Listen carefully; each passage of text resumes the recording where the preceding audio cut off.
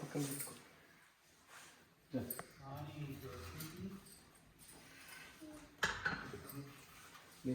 చుట్టూ తక్కువ మూత పెట్టింది.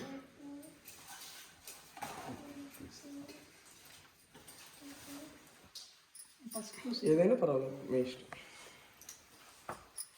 వందే పద్మకరాం ప్రసన్నవదనాం సౌభాగ్యదాం భాగ్యదాం హస్తాభ్యామభయప్రదాం మణిగణైర్నానావిధైర్భూషితాం భక్తాభీష్టఫలప్రదాం హరిహర బ్రహ్మాదిభిస్సేవితాం పార్శ్వే పంకజశంఖపద్మనిధిభిః యుక్తాం సదా శక్తిభిః సరసిజనిలయే సరోజహస్తే ధవళతరాం సుఖగంధమాల్యశోభే భగవతి హరివల్లభే మనోజ్ఞే త్రిభువనభూతికరి ప్రసీద మహ్యం. అమ్మ మీరు కూడా ముందుకు రండి.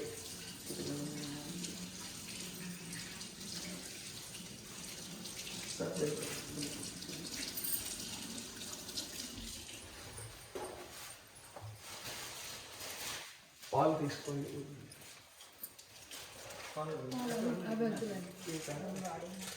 ఫ్రిడ్జ్లో పాలు తీసుకో.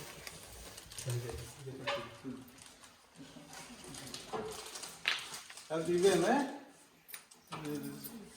అవే తీసుకోండి. ఇదంటా అది బయట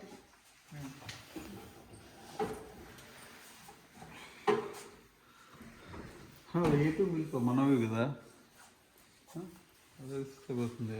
సిద్ధి అది హాఫ్ సిద్ధి ఎందుకు అది చేస్తాను.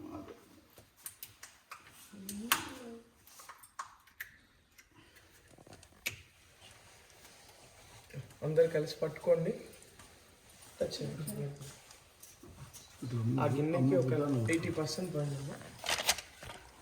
లక్ష్మీం క్షీరసముద్రరాజతనయాం శ్రీరంగధామేశ్వరీం దాసీభూత సమస్తదేవ వనితాం లోకైకదీపాంకురాం శ్రీమన్మందకటాక్షలబ్ధ విభవద్బ్రహ్మేంద్ర గంగాధరాం త్వాం త్రైలోక్యకుటుంబినీం సరసిజాం వందే ముకుంద ప్రియాం. మహాలక్ష్మీ నమః. అస్మిన్ క్షీరభాండే ఆవాహయామి. అందరూ కలిసి అమ్మవారికి నమస్కారం చేసుకోండి. మహాలక్ష్మి అమ్మవారికి. అమ్మ మీరు మధ్యలో మహాలక్ష్మీ నమః. ఇదం క్షీరభాండే ఆవాహయామి.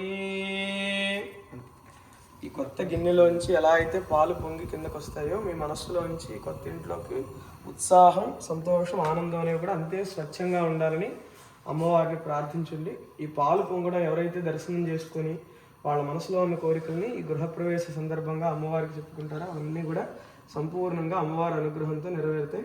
కాబట్టి మీ ఇద్దరు పాలు పొంగే సమయంలో ఇక్కడే ఉండి పాలు పొంగడానికి దర్శనం చేసుకోండి.